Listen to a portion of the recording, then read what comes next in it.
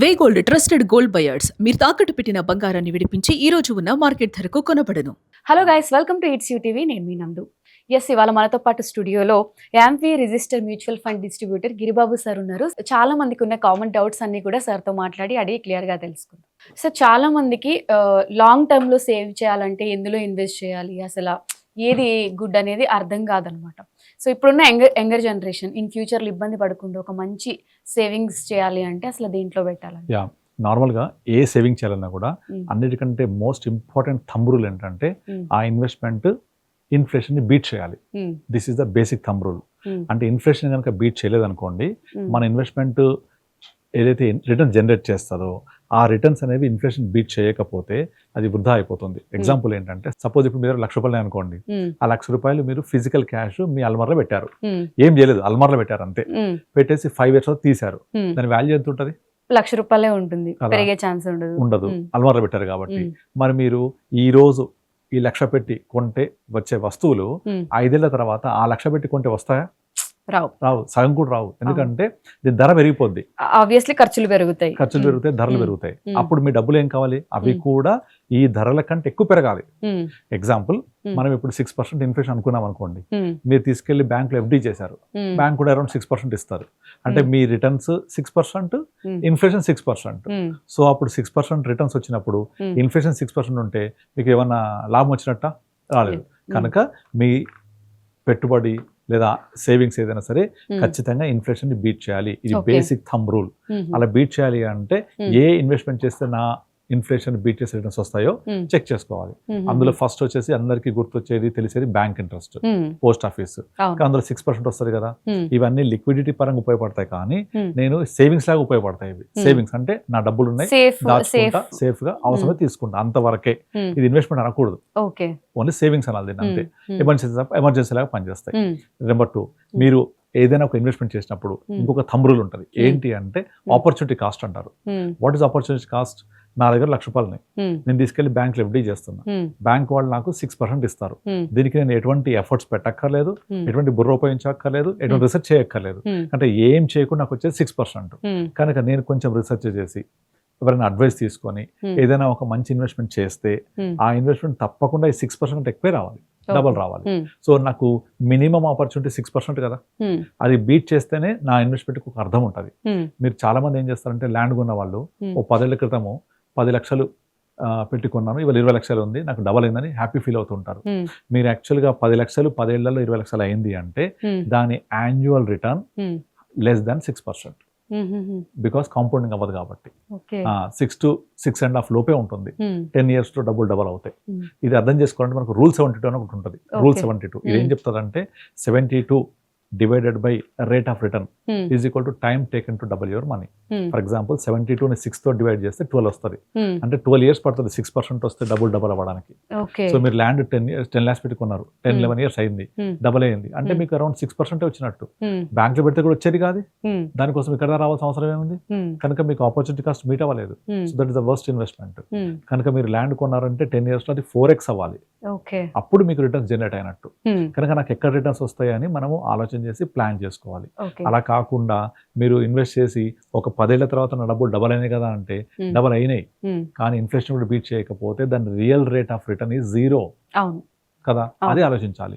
కానీ చాలా మంది రియల్ ఎస్టేట్ ఇన్వెస్ట్ చేసిన వాళ్ళు ఈ బేసిక్ దీన్ని ఏమంటారు అంటే, రియల్ టర్మ్స్ లో రేట్ ఆఫ్ రిటర్న్, IRR అంటారు, ఇంటర్నల్ రేట్ ఆఫ్ రిటర్న్.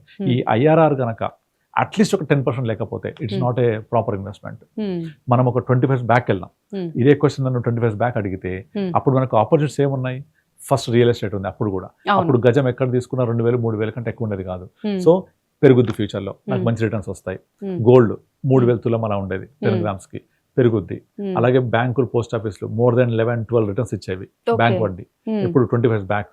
SBIలోనే 11-12% ఉండేది, PPF 12% ఇచ్చేది. తర్వాత కొన్ని ప్రైవేట్ బ్యాంక్స్ అయితే 13-14 కూడా ఇచ్చేవి. కోఆపరేటివ్ బ్యాంక్స్ మోర్ దెన్ 15 ఇచ్చేవి. అవి ఇన్సూరెన్స్ పాలసీ, ఇన్సూరెన్స్ తో కలిపి 7-8% మనకు బోనస్ ఇచ్చేది. అంటే insurance, bank, post office, real estate, gold, ఇవన్నీ కూడా వాటి యొక్క ఫ్యూచర్ రిటర్న్స్ మోర్ దెన్ 14-15% కనబడుతుండే అప్పుడు. కనుక అందరు కూడా real estate, gold, FD, insurance లోనే ఆగిపోయారు. ఉమ్, ఇప్పుడు 25 years తర్వాత ఉమ్, ఇండియాలో ఆర్థిక సంస్కరణలు మొదలుపెట్టి ఇండియా ఎకానమీ గ్రో అవుతూ ఉంటే ఉమ్, ఫస్ట్ లక్షణం ఏమవుతుందంటే డిపెండెన్సీ ఆన్ అగ్రికల్చర్ తగ్గిపోతుంది, ఉమ్, ఇంట్రెస్ట్ రేట్స్ బాగా స్లాష్ అవుతాయి. ఉమ్, మీరు జపాన్ తీసుకోండి, ఇంట్రెస్ట్ రేట్స్ హార్డ్లీ 0.1, 0.2 కంటే ఎక్కువ ఉండవు. ఓకే. ప్రపంచం మొత్తానికి అప్పులు ఇచ్చేది జపానే. ఎంత మ్మ్. వడ్డీ ఉంటుంది? 10 పైసలు, 5 పైసలు. ఉమ్, ఉమ్, 10 పైసలు చాలా ఎక్కువ. ఉమ్, అంత 2 పైసలు, 3 పైసలు, 5 పైసలే వడ్డీ ఉంటుంది వాళ్ళది ఓకే. 30 ఏళ్ళ టెన్యూర్లో. ఎందుకంటే వాళ్ళ డబ్బులు చాలా ఉన్నాయి, ఉమ్, వాళ్ళు అప్పులు ఇచ్చి ఆ అప్పులతోటి మా దగ్గర వస్తువులు కొనమని చెప్తుంటారు వాళ్ళు. ఉమ్, అలాగే ఉంటాయి వాళ్ళ అగ్రిమెంట్స్ అన్ని కూడా. ఓకే. ప్రపంచ దేశాలకు ఇస్తూ ఉంటారు అప్పులు. ఉమ్, అందుకే జపాన్ ఏమన్నా వడ్డీ రేట్ 1 పైసా పెంచింది అంటే 2 పైసలు, ఉమ్, ప్రపంచం అంతా గజగజ వణికిపోద్ది. ఉమ్, సో ఇప్పుడు మన ఇండియాలో వడ్డీ రేటు తగ్గిపోతున్నాయి కదా. అవును. ఒకప్పుడు 10, 12 కాస్త 6 అయిపోయినాయి. Um, so bank, post office investment కాదు అది. Um, and number 2, real estate బాగా పెరిగిపోయింది. ఉమ్, ఇక్కడ నుంచి ఎంత పెరుగుద్ది అంటే క్వశ్చన్ మార్క్. ఇంకా ఉమ్, రిటర్న్స్ ఇవ్వకపోవచ్చు గతంలో లాగా. ఉమ్, అలాగే గోల్డ్ కూడా ఉమ్, విపరీతంగా పెరిగిపోయింది, ఉమ్, ఇంకా రిటర్న్స్ ఇవ్వకపోవచ్చు. అవును. సో మనకు మిగిలిన ఏకైక ఆపర్చునిటీ ఇంటూ క్యాపిటల్ మార్కెట్. ఉమ్, క్యాపిటల్ మార్కెట్ అంటే nothing but stock market. Um, stock market పదం చెప్పగానే భయపడుతుంటారు అందరూ, ఉమ్, పడిపోద్ది, అవును. నష్టపోతారు, అంటే loss నాలెడ్జ్ అవుతారు లేకుండా చెప్తూ ఉంటారు. ఉమ్, ఉమ్, అలా కాకుండా investment into stock market in the form of indirect way, um, that is nothing but mutual fund. Um, మనము డిమాట్ ఓపెన్ చేసి షేర్లు కొనుక్కుంటే direct investment, um, through mutual fund రూట్లో వెళ్తే um, indirect investment. Um, normal mutual fund ఇండియాలో on and average గా Hmm. 12 to 15% ఇస్తుంది Hmm. Historically, ఇచ్చింది కూడా. ఉమ్, సో మనకు కావాల్సిన 15% వచ్చేసిందా? వచ్చింది. Rule 72 um, divided by 15 is Hmm. Equal to 4.9 years double. Um, so ఆ విధంగా మనకు 12 to 15% రిటర్న్స్ వచ్చింది అంటే ఉమ్, అది ఎక్కడ సాధ్యమవుతుంది అంటే ఇప్పుడున్న రోజుల్లో ఓన్లీ మ్యూచువల్ ఫండ్ ద్వారా మాత్రమే సాధ్యమవుతుంది. ఉమ్, అందుకే నేను అందరికీ సజెస్ట్ చేస్తూ ఉంటాను, యంగ్స్టర్స్ మీరు అడిగారు కదా ముఖ్యంగా, ఉమ్, ఆ యంగ్స్టర్స్కి ఏంటంటే వాళ్ళకు లిక్విడిటీ కావాలి ఉమ్, ఒకటి, ఉమ్, రెండోది రిటర్న్స్ ఇన్ఫ్లేషన్ బీటెడ్ ఉండాలి, ఉమ్, మూడోది వాళ్ళకి అవసరానికి తగ్గట్టుగా ఆదుకోవడానికి ఇమీడియట్లీ బటన్ క్లిక్ నొక్కితే డబ్బులు రావాలి. ఉమ్, ఇవన్నీ రావాలి అంటే ఒక్క మ్యూచువల్ ఫండ్స్ సాధ్యం.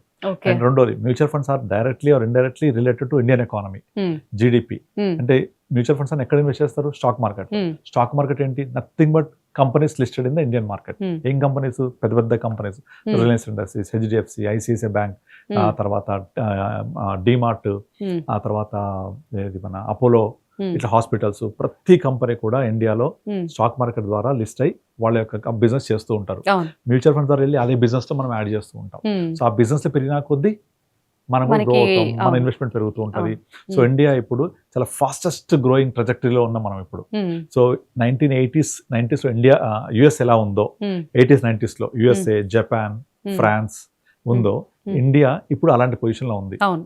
అండ్ ఎప్పుడైతే ఆ దేశం యొక్క పర్ క్యాపిటా ఇన్కమ్ $2,500 మించి పెరుగుతుంటుందో ఉమ్, ఆ కంట్రీ యొక్క గ్రోత్ చాలా ఫాస్ట్ ఉంటుంది. ఉమ్, ఎగ్జాక్ట్లీ మనం ఆ స్టేట్ లో ఉన్నాం. ఓకే. దీనికి పొలిటికల్ స్టెబిలిటీ, ఉమ్, ఎకనామిక్ రిఫార్మ్స్, తర్వాత గవర్నమెంట్ తీసుకొచ్చే స్టెప్స్ ఇవన్నీ మనకు యాడెడ్ Hmm. అడ్వాంటేజ్. ఉమ్, కనుక ఇండియాకి ఇంట్రెన్సిక్ గా పొటెన్షియల్ ఉంది. Young Hmm. Generation, um, young people Hmm. And working culture. మనం Hmm. తక్కువ రేట్కే పనిచేస్తూ ఉంటాం. Hmm. And India population, consumption, Hmm. ఇవన్నీ మనకు యాడ్ అవుతున్నాయి. ఉమ్, మనం చిన్నప్పుడు చదువుకున్నప్పుడు Hmm. మీరు ఇండియా ప్రాబ్లమ్స్ ఏంటి అంటే ఫస్ట్ ప్రాబ్లం పాపులేషన్, ఉమ్, సెకండ్ ప్రాబ్లం అన్ఎంప్లాయ్మెంట్, ఉమ్, థర్డ్ ప్రాబ్లం ప్రావర్టీ, ఇలా Hmm. ఉండేవి. ఉమ్, కానీ ఇప్పుడు ఆ పాపులేషన్ వరమైంది. ఉమ్, యూత్, ఉమ్, ప్రపంచంలో ఏ దేశంలో కూడా 70% మంది యూత్ లేరు.